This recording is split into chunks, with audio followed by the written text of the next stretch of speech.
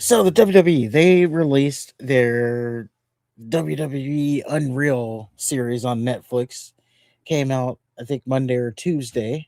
Well, everybody binge watched it, it seems. I didn't. I have yet to watch the whole thing. So what we're going to have is not a full review or a traditional review. This is actually just going to be us talking about some of the talking points that came out of it. Basically, yeah, some of the situations that people were getting up in arms about, and we're just going to go over those. Okay. And actually, we can start with this one. I actually did see this. So the first episode, they were talking about Pat McAfee and Gunther. So remember, after Gunther tapped out to submission specialist Jey Uso, then he went to Backlash and he had the match with McAfee. Unfortunately, I do remember that. Yeah. Yeah, so people seem to have gotten up in arms that Bruce Pritchard pitched in their little creative meeting for Gunther to lose to Pat McAfee. And obviously it was overridden. One of the guys in the room said, I mean, Pat McAfee is at the end of the day a commentator, so I don't think having Gunther lose to him is going to be the best scenario. Yeah, that's a dumb decision. It is a dumb decision, but I actually defend it because if you're in a creative room, you do have to play both sides of the coin. You at least have to throw it out there. I guess. Is it really helpful to just throw out silly shit though? Like, why wouldn't you It throw out like is. a good idea or something that they could actually use instead of something that like obviously is not going to happen? Well, you got to play it out. I don't know. I think you throw it out there, maybe it gets squashed right there, but I don't know. You at least have to put it on the table just to see how far that'll take you.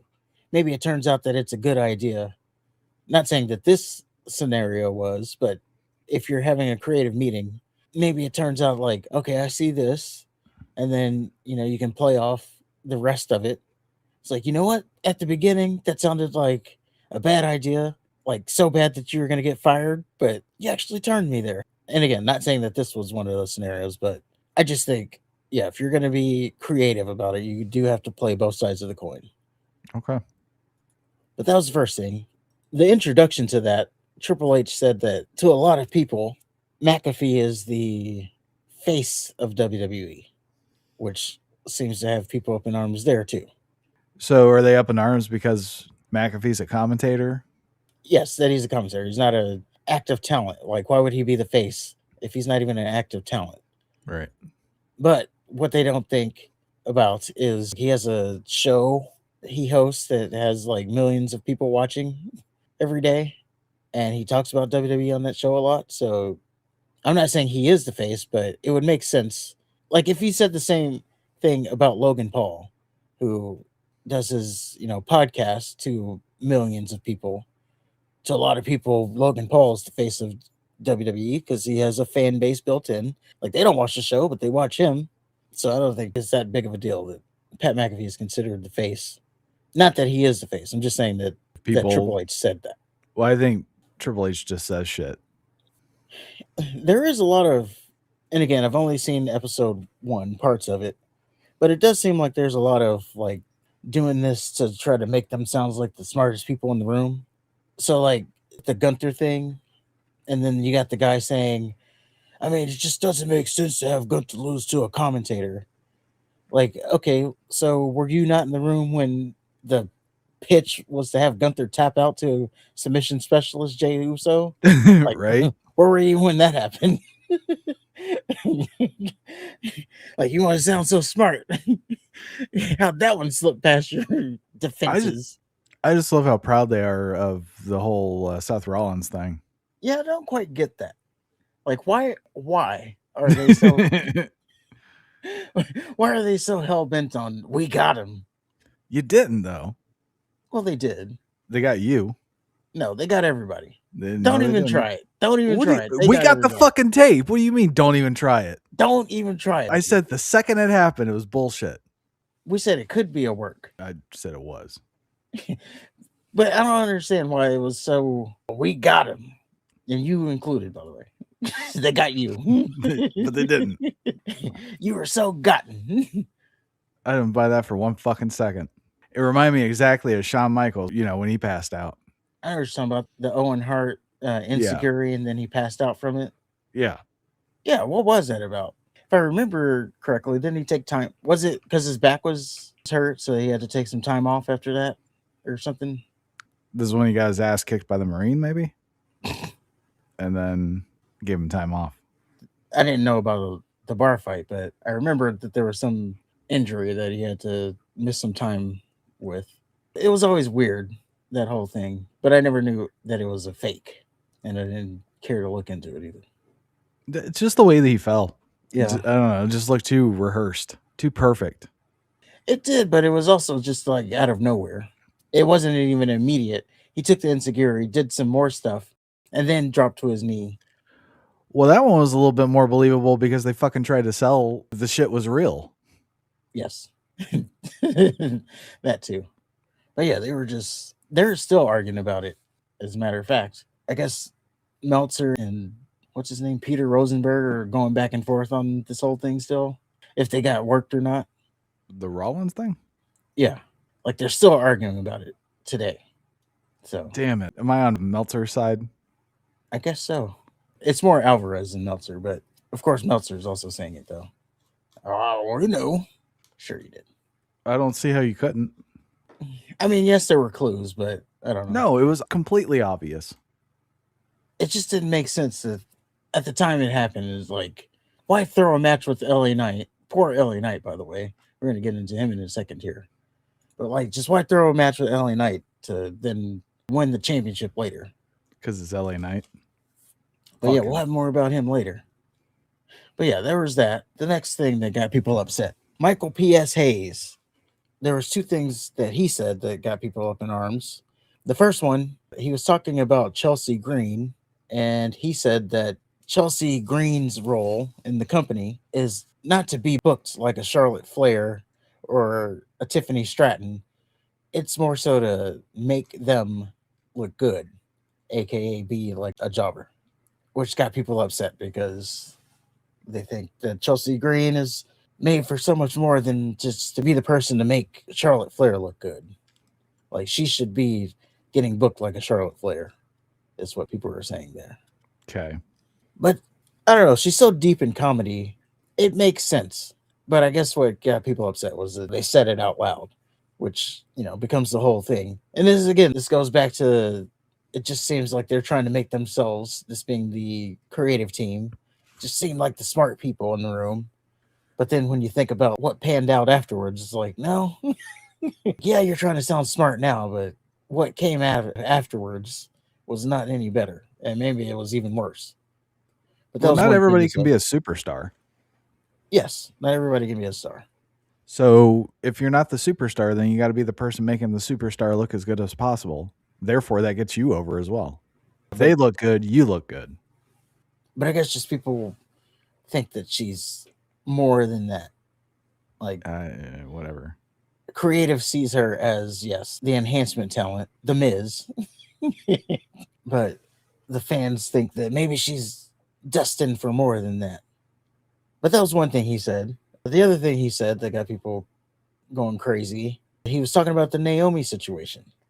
So remember back, Sasha and Naomi, they were tag team champions, and then they walked out of the company. The backstory on that was they were going to get put in a 6-pack challenge. They didn't want to face each other because they were just crown tag team champions. They kind of walked out. And again, this got people up in arms. And I'm going to read what he says here. I was very surprised and shocked that Trent decided to get up and walk out. That's the wrong thing to do. That line right there is what got people. That's just the wrong thing to do. You work the show, not because you don't get what you want then. It's for down the line when things cool off and you go, phew, glad I really didn't burn that bridge. So that's what he said. And that got people worked up because he said that that was the wrong thing to do. Okay. Yes, people were calling him racist. What? He's telling the bitch to fulfill her commitment instead of just walking out like a petulant child, and that's racist? Yes, you had people bringing up like his early career where he walked out on a show or something. And of course, you had people comparing it to, which I don't know why this comparison keeps getting made, but people comparing it to Stone Cold walking out. And they Yes. shat on Stone Cold. They had The Rock come out and fucking shit on Stone Cold. They had T-shirts made shitting on Stone Cold. Stone Cold was persona non grata. They tried to do the Stone Cold screwed Stone Cold shit. Yes, they did. Michael Cole was out there on commentary and said they took their ball and went home or something. Which, yeah, that was the line that got everybody back then. Was like, oh, they're unprofessional and took their ball and went home. It's true. It is. That's what they did. Exactly what they did. Yeah. You can say it was justified or not, but they still took their ball and went home. And I would speculate that Michael P.S. Hayes walking out of a show would be money related, which is a different kind of scenario than you being upset because you're not being booked to be the badass that you think you are. I mean, it could be creative related. He didn't want to put over someone. That's what Stone Cold did. He walked out because he didn't want to put over Brock Lesnar. Yeah, but they completely shit on Stone Cold. Yeah. And by the way, this is Stone Cold we're talking about, like the biggest earner in the company at the time. So people are comparing the situations, but one guy was like the top draw of the company. Yeah, people actually miss Stone Cold. It'd be equivalent to like Hogan walking out or John Cena walking out. Yep. But yeah, that got people up in arms, and Michael Hayes is now racist because of that statement, even though he didn't even come close to saying anything about color. That word is going to mean absolutely nothing here. Watering it down so much. My God. Because it's stupid shit like this. Obviously, this isn't racist. You can say his opinion's wrong, but in no way, shape, and form is that racist. And he could be racist, but that was not racist. Yes, that wasn't racist. I go back to, yeah, maybe you disagree, but him saying it was not the right decision, like, take out wrestling. You go to work one day, your boss says, hey, I need you to do this. You're like, nope. And you walk out. Usually it's your boss who then calls you or talks to you afterwards. This is not the right decision. But yeah, that's the Naomi thing. So then the next one that got people. So LA Knight missed his Money in the Bank spot, and apparently he was getting like scolded by Triple H. This got people up in arms. So we have a clip here. Let's go ahead and play it out. So now we're going to get some drama. Seth Rollins climbing up the ladder. What is this, bro? Tell LA Knight some urgency. Let him come in. Let him just get going the ring. Well, now it's just a procession to victory for Seth freaking Rollins. Well, maybe not. LA Knight's back in the mix. LA Knight's back in the mix. Oh. Look at the floor. Seth Rollins here. It's not what we talked about. LA Knight trying to win Money in the Bank. Damn it. Tell him to go. We need more urgency. Pressure time here. They're going to explain what they're mad at here. Rollins slamming Knight head first into the ladder. On to stop it for Seth Rollins. We thought we were going to have Seth and LA face to face battling over who was going to pull that Money in the Bank case down. Who gives a shit? He may have cleared his last hurdle. The suspense and the drama that creates. We lost that. They always do it though. That's not drama. Seth Rollins is Mr. Money in the Bank. Here is your winner. When you do the spot over and over again, is it really suspense and drama? To them, it is. They're fucking holding their head. They do this shit all the time. It's the spot. Again, this goes back to what I was saying. Like, they're trying to paint themselves as like the smartest guys, and then like when you really think about it, it's like they're upset at this spot. And I'm sure the women's Money in the Bank had that same spot too. I would bet money, yeah.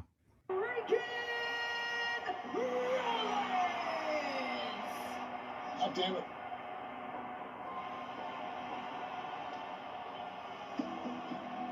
I was viscerally angry when I left the ring, and I won the thing. Seth's upset about something. I don't know. I'll get with him. Let me get with him. I'll find out. Mad at myself mostly for not getting it perfect. Could it have been better? In my mind, yes. I didn't do it how we had it laid out. It was supposed to be Seth up, then LA up. LA knocks Seth off. LA's got it won. He gets pulled off, stomped, go right off. That's how we laid it out. This is a game of inches, just like football. God. And being off 1 or 2 feet, one way or the other, can really affect everything. There is absolutely 100% no doubt that the crowd would have reacted, as I've said, with much more drama, much more passion, much more who's going to win this thing if they would have been face to face. There's absolutely no doubt about it. Okay, here it is. Look at this. The end of that thing was built for you. Seth, come up, pull the ladder, put it up, urgency. He goes up, he gets all the way to it, but here you come. You get all the way up top with him. Fight. You knock him off. Boom, he goes down. Holy shit, you're right there. You grab it. He maybe comes up again. He pulls you down, but you pull him down. Boom, he's out of the picture. You go up. Your hands are on it. You've got it. And he comes, pulls you down when you land. Kick, stop, boom, fucking. He goes up and he fucking grabs where you were fast fucking close, man. We've got a really good story there. We just missed the moment to put the fire on him.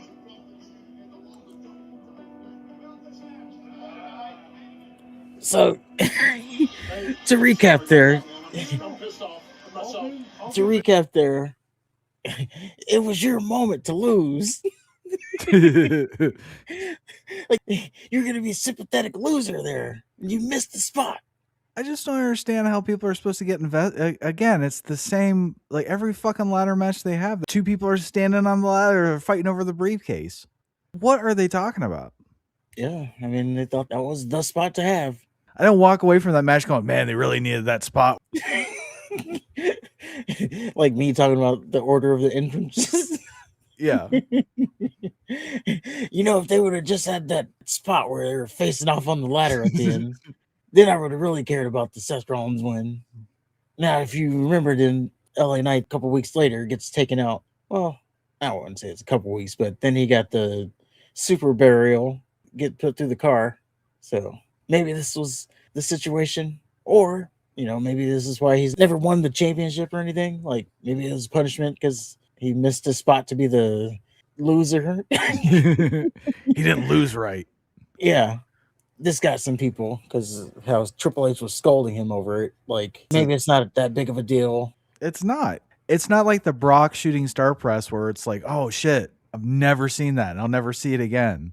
They literally do this every time. So if you do it 100 times, 1 out of 100 of those times is going to be a fuck up.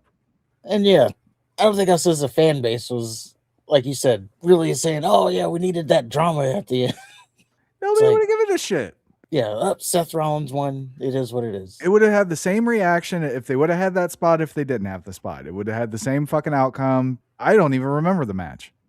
Well, it kind of sounds like they were getting that people would have cared more that Seth won had LA Knight been in the position to get up that ladder and to get pushed off or whatever Triple H went through there. Whatever. I followed it, but I don't remember it now. I do know he's trying too hard to sound hip with all the fuckings. That might be how he talks. But yeah, that's the LA Knight situation that has everybody upset. And then this had some people upset. I saw Vince Russo did an hour-long video on this situation. And it's the Io Sky embrace with Triple H.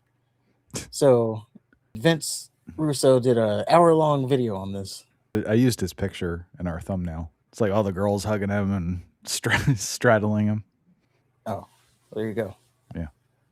So yeah, let's go ahead and see the moment here. Hey, Rockstar. I'm so sorry. I'm so sorry. Thank you so much. Thanks for giving me this opportunity. Oh, so great. You were great. You always believe in me. Thank you so much. I always will. You were looking great. Oh. Rockstar. A lot of times And that's it. backstage, So, I could just call her rock yeah, star. Vince Russo went off on that situation right there, saying it's like so inappropriate that she. I'm sorry, I blamed Io there. Obviously, I should be blaming Triple H for allowing this to happen. I think they're both at fault. I think neither one of them are at fault. You don't straddle your fucking boss or your coworker.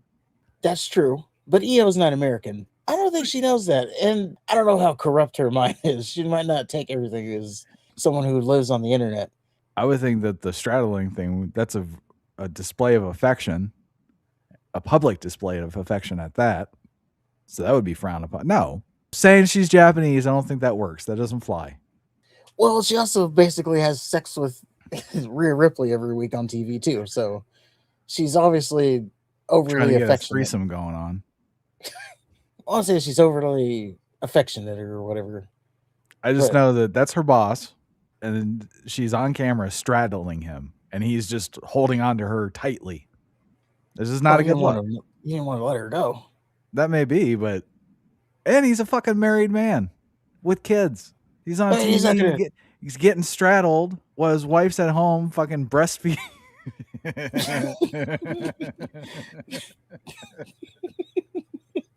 I don't know. It's just not a good look. I wouldn't do it. I wouldn't do it. Actually, can I take hug. it back. If there was someone that wanted to run and jump in my arms like that, I would definitely accept it. But If I'm married and I got kids at home, I'm not letting some lady straddle me, no matter how nice she smells. You want to hug me and embrace and, share that moment, great. But the straddling, that's just too much.